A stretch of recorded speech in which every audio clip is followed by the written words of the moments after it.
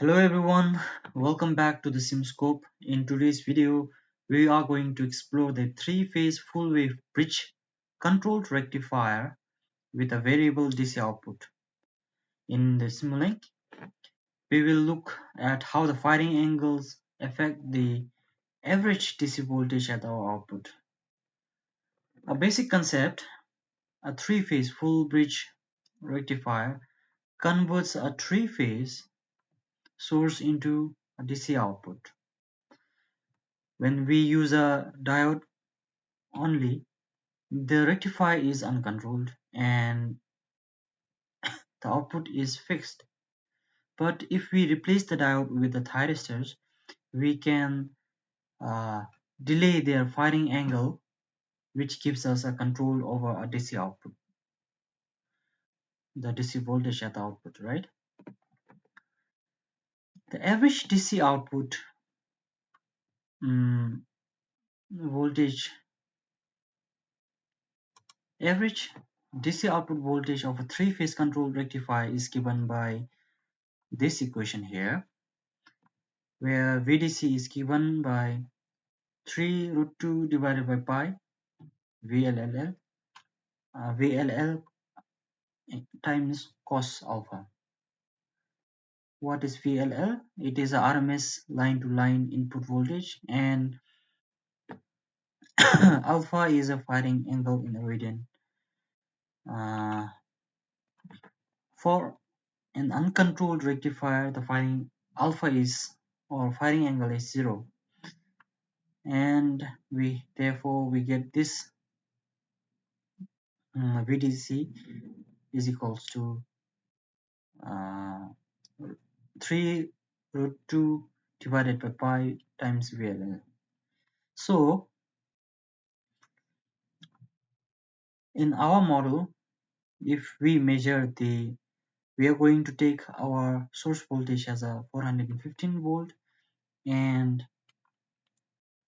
the DC maximum DC output when the firing angle is 0 will be 560. And next, going into the Simulink model, we have a three-phase source here with 415 volt phase-to-phase voltage, and it is taking a 50 Hz frequency. I am considering my source as an idle, therefore we do not have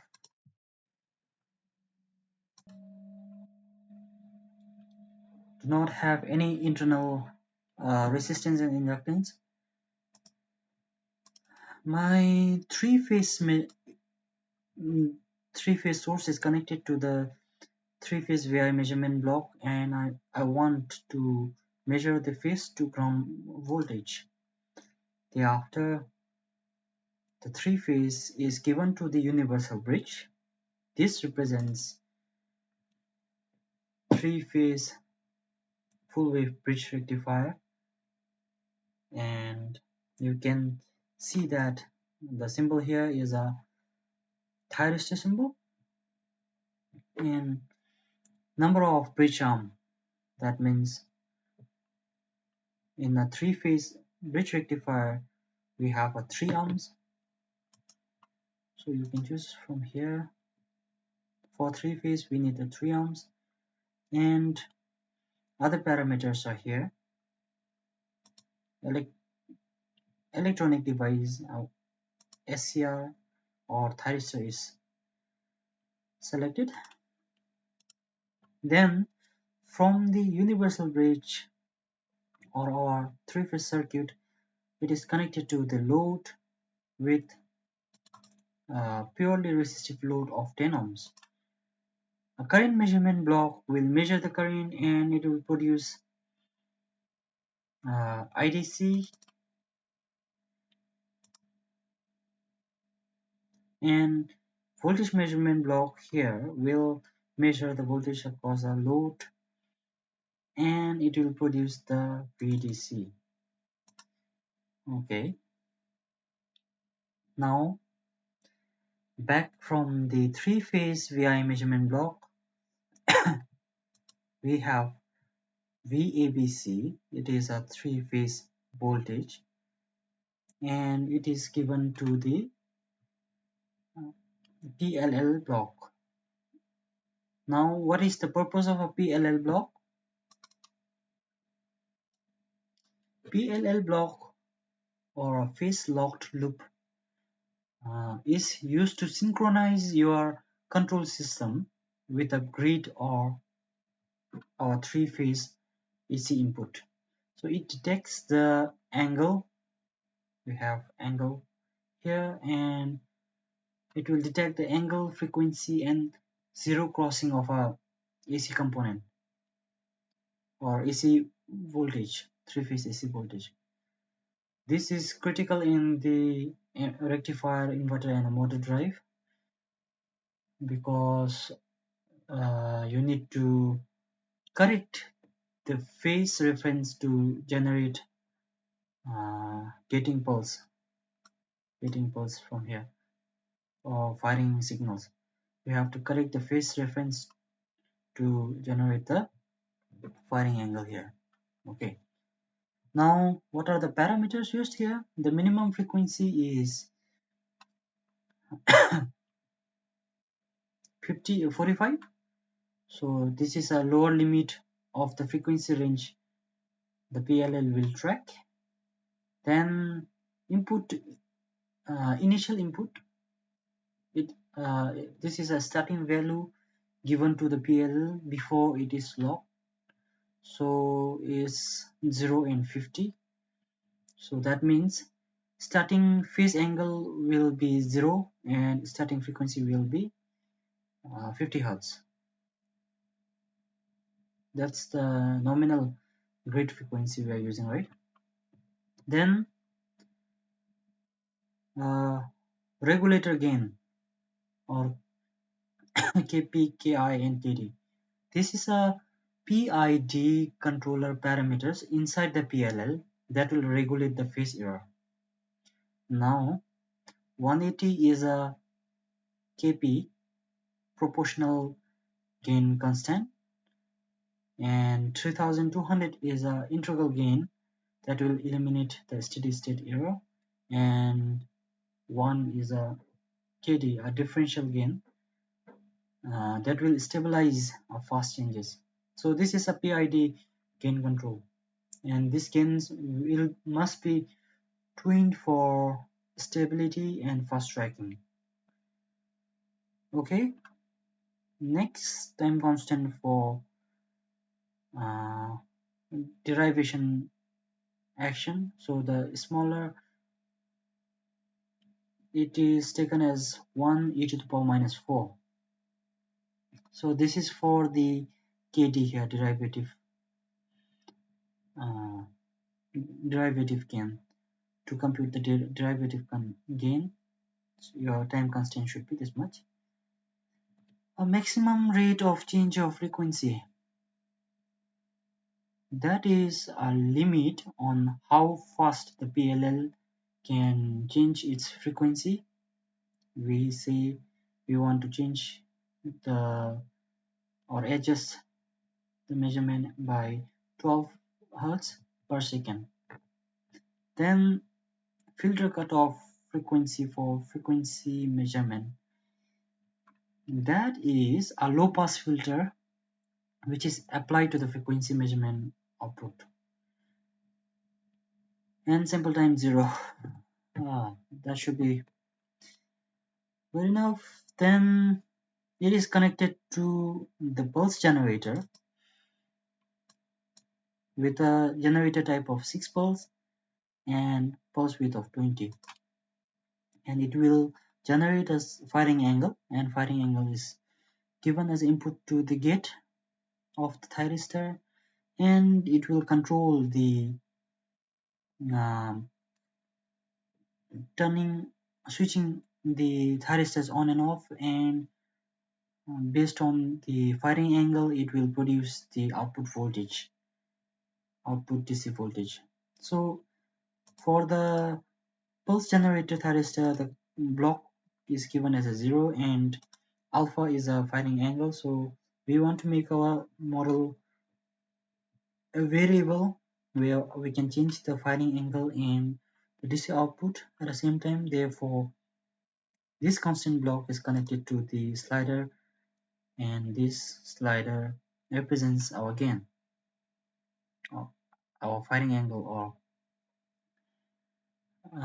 gate. So this is the overall uh, parameter. So let's see that when our firing angle is 0, it should produce 560, approximately 560 volt as per our formula here. And at firing angle 0, this thyristor is working like a uncontrolled rectifier. And now I've got the result here at 560, 559 volt of VDC and 55 current. So let's increase the firing angle and see the changes here.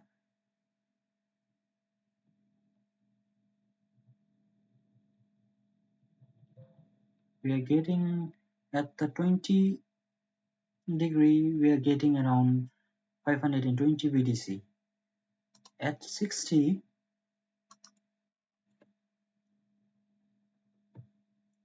degree, 134. Now with the theoretical calculations, if you use this formula and calculate our phase angle using √3 times whole this times BLL of 415 times cos, if we take 60, then the answer will be around 400 and 280.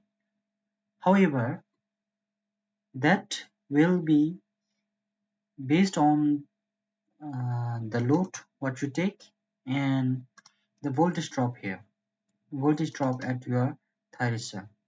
So we are saying that the voltage drop from the thyristor is only 0.5, and based on that your angle, your VDC output will be different. Now if you take the around 80 firing angle, alpha is at 80, then it is decreasing at 60. So you can see that when we increase the firing angle, your VDC will start decreasing, and at 90 degree firing angle, your VDC will be 0, and more than 90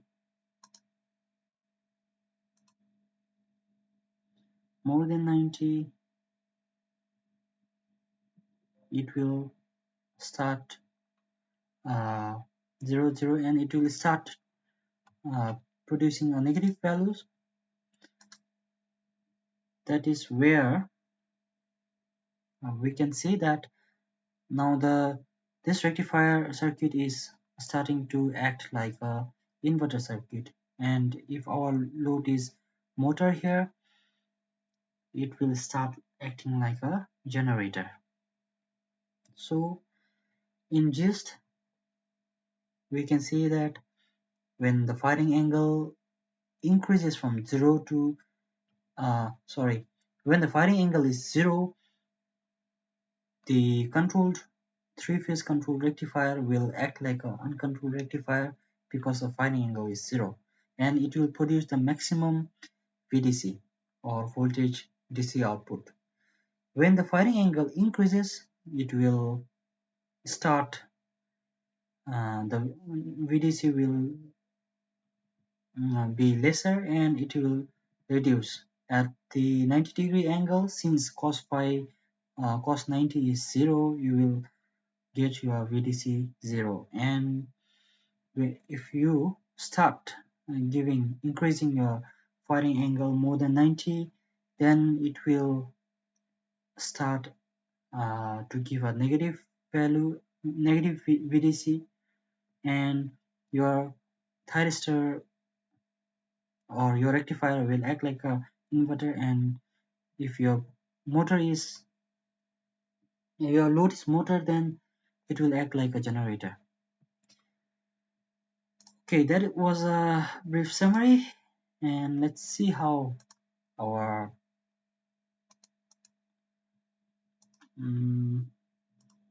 let's see how the waveform looks like when we give a firing angle of 60 at 60-degree angle.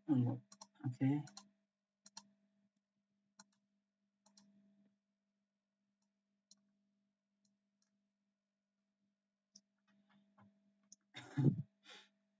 okay, the top one is VDC.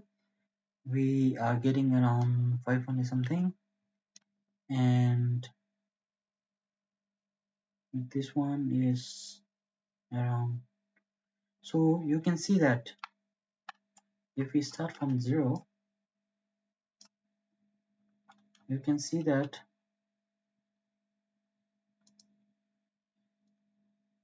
from here to here your thyristor is off, and you are giving a gate pulse here at a 60-degree angle, and therefore you are seeing a voltage across the load and it starts conducting and then decreases to reduce to the 0.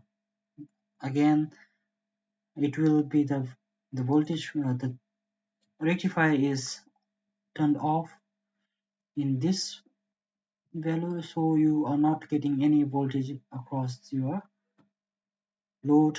And again, at the next 60-degree angle you will get your thyristor is turned on and it will produce the output voltage. And current is calculated by your average VDC divided by load. VDC divided by load will give you your current, so therefore current is approximately around 50 something, or yeah, around 50, and your VDC is around 500. Okay, thank you. That's all for today. Let's see in the next video. Thank you.